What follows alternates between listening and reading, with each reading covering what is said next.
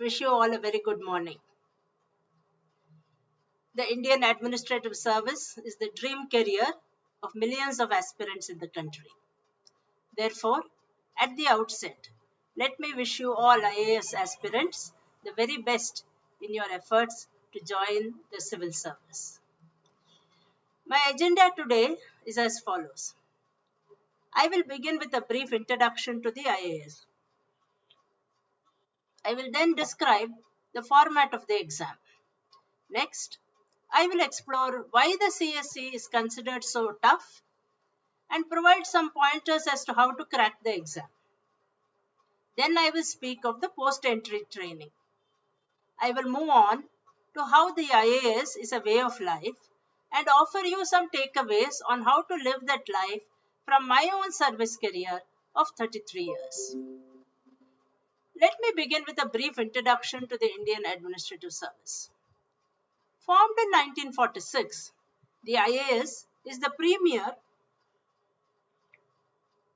of the three All India services, the other two being the Indian Police Service and the Indian Forest Service. There are approximately 5,000 officers in position, though the figure is dynamic. About two-thirds of the IAS are direct recruits. The rest are promotees from the state cadres. IAS officers hold office at the pleasure of the President of India. The cadre management is done by the Department of Personnel and Training, Government of India.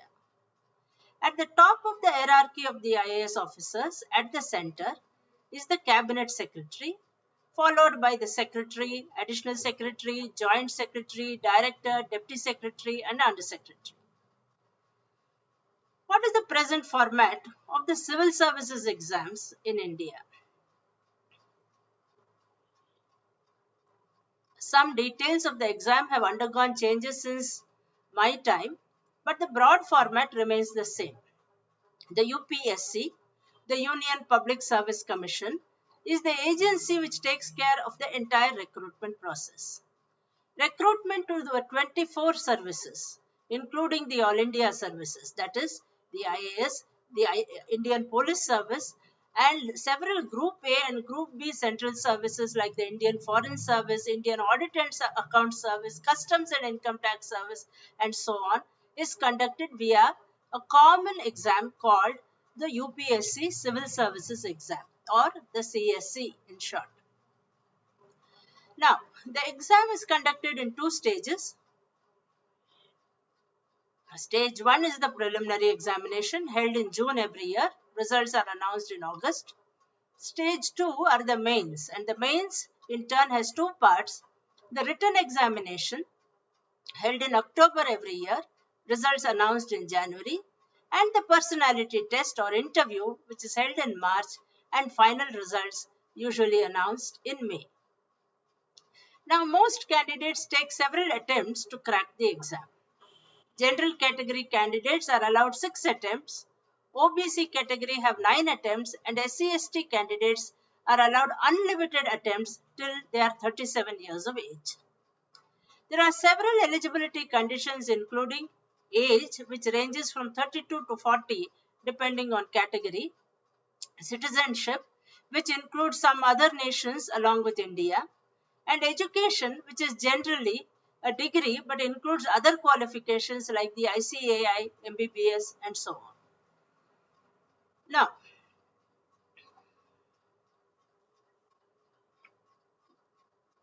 what makes the IAS one of the toughest examinations, or the CSE, the Civil Services Exam, one of the toughest examinations in the world, and how can you crack it?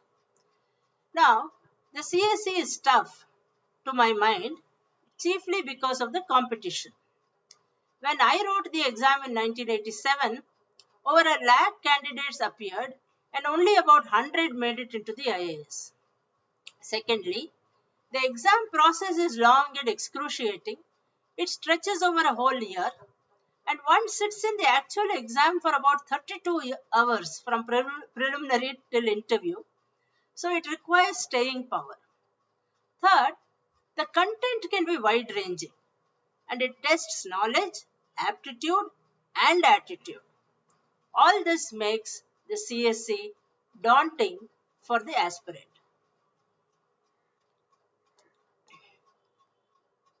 How do you prepare for such a tough examination like the CSE? Uphill climb though it is, the civils is not insurmountable. Let me begin with some general tips and then we will move on to specific strategies. In my experience, what is most important is hard work. The prelims and mains test your knowledge and analytical skills, so regular and diligent preparation is a must. Maintain regular hours and study every day. Other important strategies are a well formulated strategy for study, optimum time management, familiarity with the optional syllabi, thorough insight of the question papers, good selection of books, preferring your own notes, prepare and prefer your own notes, go through your short notes regularly, prepare out short notes of important topics with relevant points and revise them just before the examination, a good sleep, never go through any new book or any new topic on the eve of the examination. Do not lose your confidence. Have specific strategies for general knowledge, electives, and interview. Now, for the elective, your preparation within the boundaries of the syllabus should be thorough. It is not enough to have +2 level knowledge. An undergraduate level competence may be just sufficient, but master's level will be definitely useful, especially when you face questions that you did not expect. For the general knowledge papers, you must have more than a passing acquaintance with current affairs, international relations, and their implications and repercussions over the period of a year. So, television is just not enough. You should read good newspapers and periodicals. At the same time, civils preparation is not akin to doctoral research. So, you don't need to have the kind of in-depth knowledge or scholarship as a PhD demands. What an intelligent and informed citizen knows and understands. That is your study plan. Now,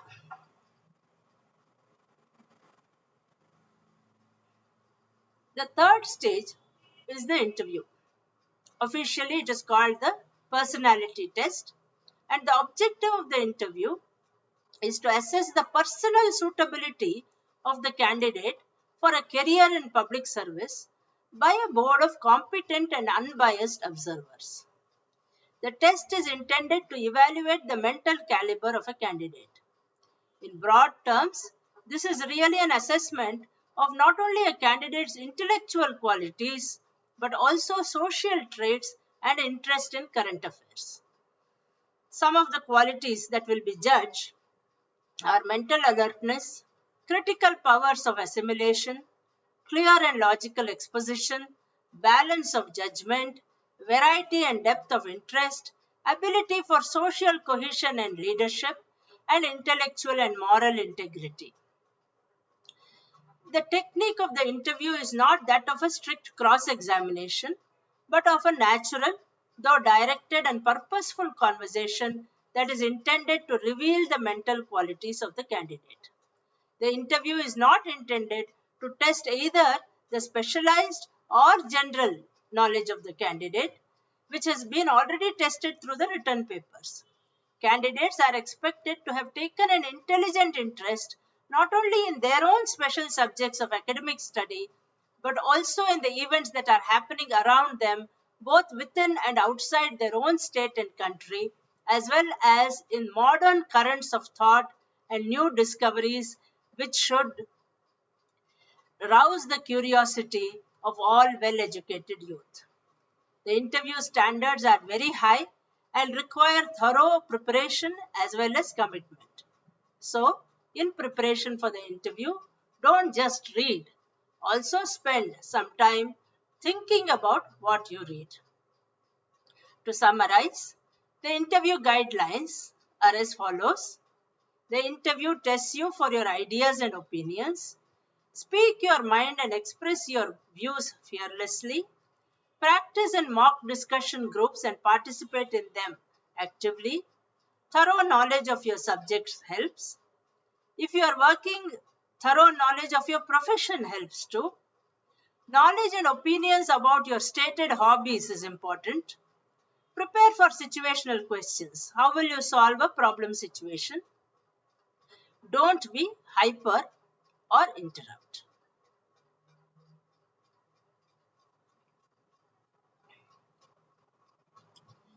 Now, once you are in, the training begins. The Lal Bahadur Shastri National Academy of Administration, LBS-NAA, in Mussoorie, is India's premier institution dedicated to training officers of the country's higher civil services. LBS-NAA conducts induction level training to members of the All India Services and Central Services Group A through a common foundation course. Once the FC is over, LBS-NAA conducts induction level and post-entry professional training for officers of the IAS, which includes 1 year in the academy, 1 year district training. Subsequently, the LBS-NAA also conducts mid-career training for the IAS. Okay, today you are grappling with the question to be or not to be a civil servant. Will I clear the CSE or will I not?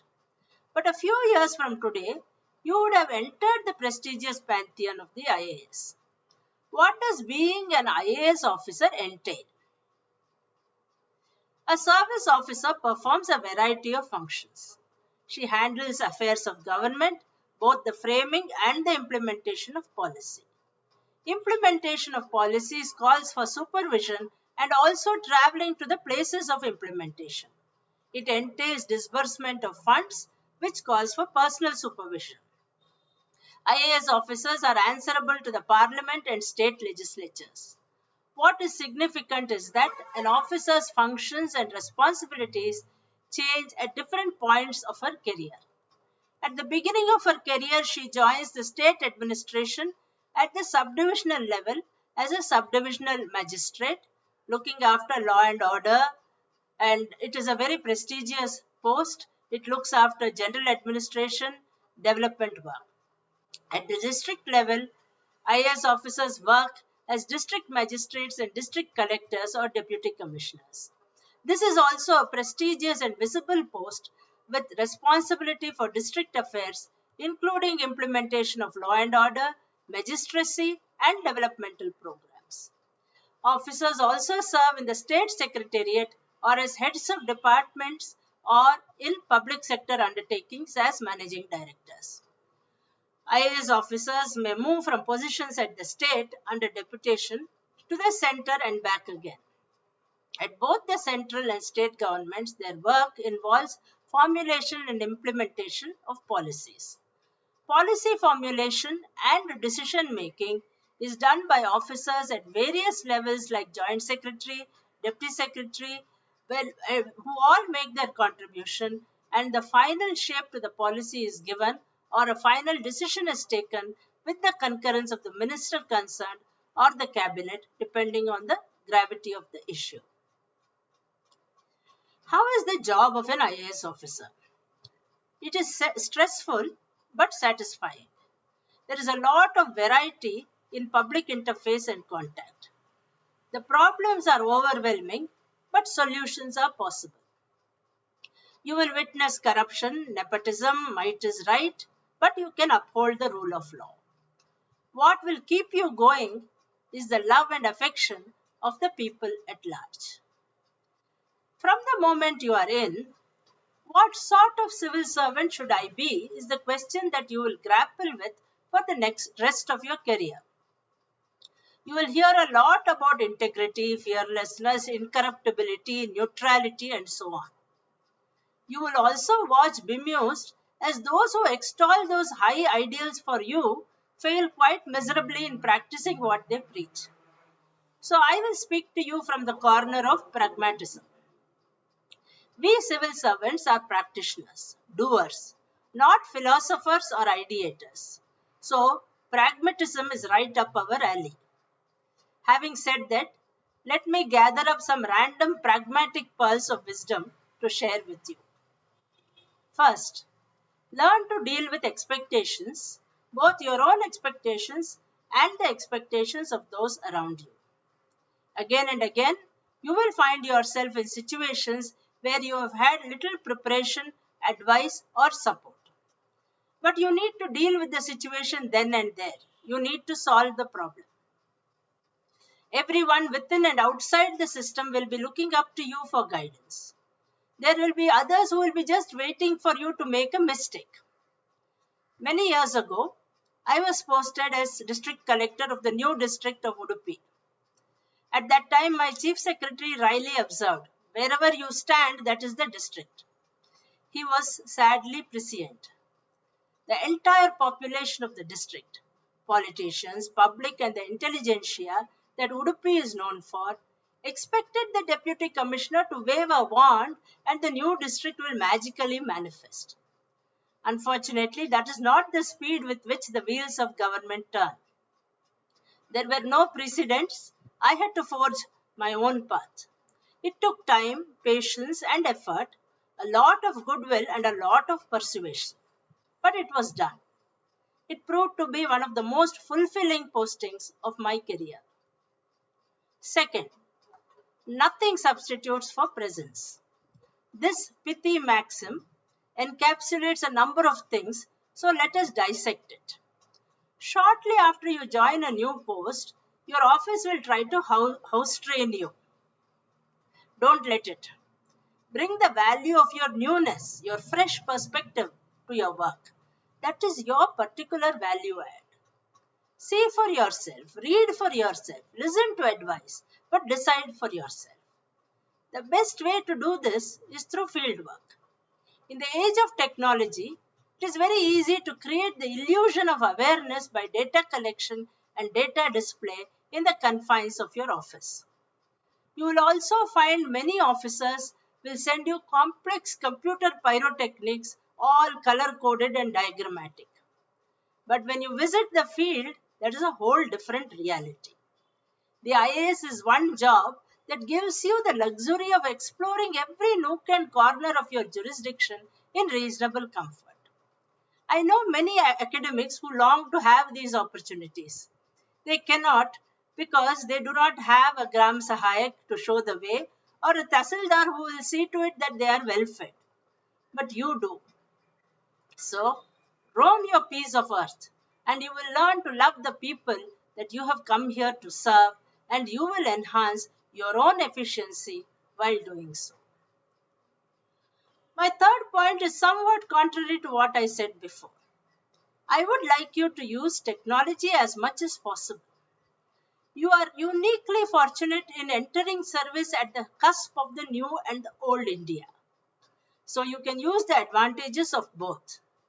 Karnataka has pioneered many technological innovations in public service, Bhumi, Mobile One, e-Mandi, e-procurement, to name just a few. I'm sure you will be able to find ways to customize these innovations to your workspace, but also come up with new innovations designed by you. Above all, if you succeed in routinizing technology, making it an ordinary quotidian part of your and your office's daily functions, that will be your greatest contribution.